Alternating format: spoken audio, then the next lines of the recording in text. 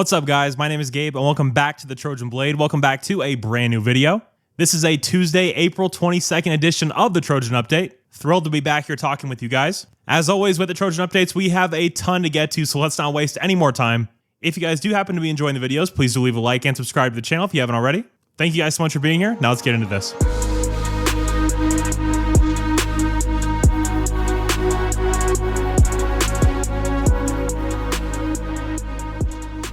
All right, so first off, it finally happened. Kennedy Urlacher has transferred to USC. We did talk about him in the portal target video. Now, is this going to be someone that's going to come into this defense this year and be a star? No, I don't think so. I don't think that's at all realistic. But what this is a guy that thrives on special teams. He's absolutely going to be an impact player there this year. And it's a guy that you can project being a box safety impact player in 1 or 2 years. Don't think he's ready for that now. Played very, very sparingly for Notre Dame last year and wasn't too convincing when he was on the field. Again, very young player, still has a lot of room to grow. Chad Bowden obviously likes him a lot, bringing him back from Notre Dame, so he's picked this kid twice. And for me, if Chad Bowden likes him, that's good enough for me. At the very least, what this tells us is that this kid has a good head on his shoulders. He's going to be a plus in the locker room. He's going to bring that intensity on special teams. And again, just look at this last year. When we're playing games that are one possession each and every week, you have to be great on special teams. You have to tackle well. And a guy like Kennedy Urlacher is going to come in and do exactly that. Not the flashiest pickup in the world, but it is one that I am absolutely a fan of. Next up, we have another portal commitment, this time from former Penn State linebacker Tamir Robinson. 6'3", 223, going into his redshirt sophomore year, again by way of Penn State. This is a Pennsylvania kid from the city of Pittsburgh. And this is a guy that did look to factor into the rotation this year for Penn State, was not going to start. But at this current stage, the Penn State linebacking core is a lot deeper than ours is. So I do think he has a better chance to play this year at USC. Now, I don't think he's going to start, not when we have guys like Eric Gentry, unless everybody is just completely overblowing Desmond Stevens, which I don't think we are. I think he's going to be a damn good player. But I do not see Tamir Robinson starting for this team this year. What this is yet another example of Chad Bowden future-proofing, where we saw USC go completely in for the 2022 and 2023 seasons. Chad Bowden is not taking that same approach with how he's building the roster for this year. This is a move that, yes, it helps with depth this year, but it's going to pay dividends in 2025 and perhaps 2026. This is a very young, athletic guy who hasn't played a lot of football, but the more reps he gets, the more coached up he gets by D'Anton Lynn, by Rob Ryan. This is going to be an impact player for us down the road. Now, reports out of Penn State are that Tamir was having a fantastic spring camp. Again, it wasn't enough to crack that starting rotation, but as it currently stands, Penn State's linebackers overall are better than ours. That's just the reality. If you want to cry about that I said that in the comments, go ahead, but it's just the truth. So I think he is going to play this year. Regardless of all of that, though, this is a move that had to be made. And I don't think it's going to be the last linebacker we pick up. We're still in the mix for a few guys. That linebacker room is nowhere near where it needs to be. And it's very clear that the coaching staff and front office feel the same way, just based on the amount of guys they're going after and how high they're prioritizing them. So love this pickup, a big fan of the kid. He was loved there at Penn State, so this couldn't have been an easy choice, but very glad that he did decide to wear the Cardinal and gold. Next up here from Hayes Fawcett. He says Syracuse transfer wide receiver Trebor Pena will visit Miami, USC, and UCLA this week. Now, a little after this, I believe it was Pete Nakos. I could be wrong about that, but someone said that the USC visit is not set in stone. A few of the people I talked to around USC do expect him to be on campus this next weekend, so we'll see about that. But this one is a game changer. People do not know how good this kid is. Take Lane and Lemon out of it. We have a lot of good receivers.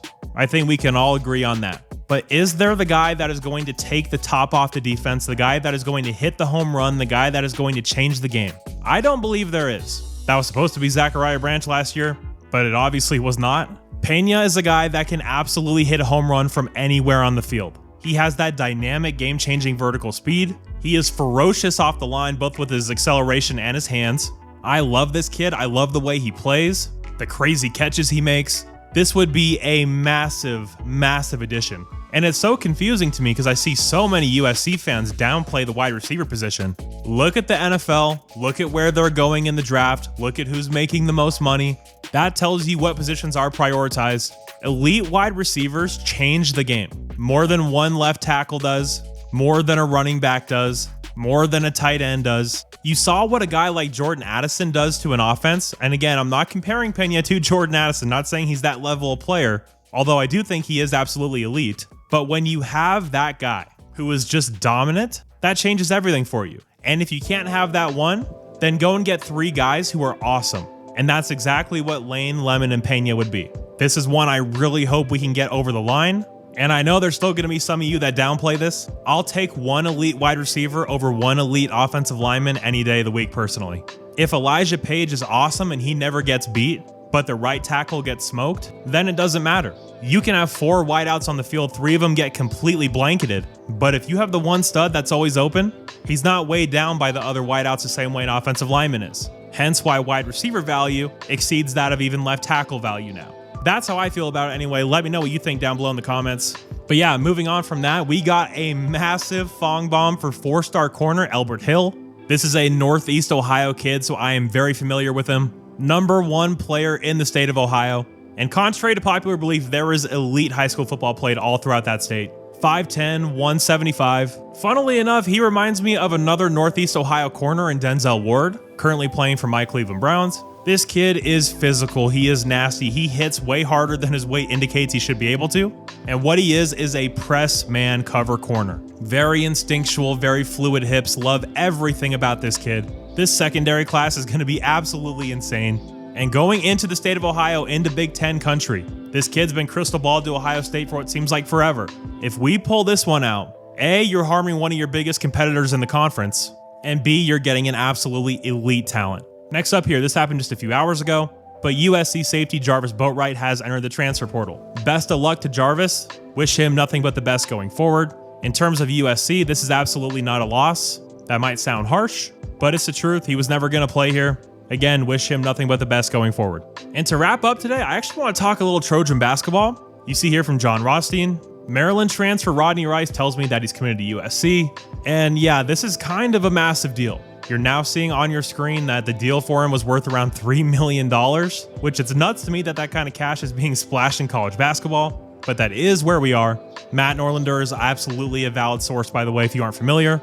But this one is a game changer. This kid was absolutely elite for Maryland this last year. Can play the 1 or the 2 guard spot. Very good defensively, absolutely tenacious on the defensive side of the floor. And if Desmond Claude comes back, which right now we don't know if he is, but let's just assume he does. There were times last year when I was glad that Claude was running the point because he was so aggressive. He was always looking for a shot, but my God, was he infuriating sometimes. Rodney Rice is absolutely a better fit for the point guard spot in my opinion. Put Claude down at the 2.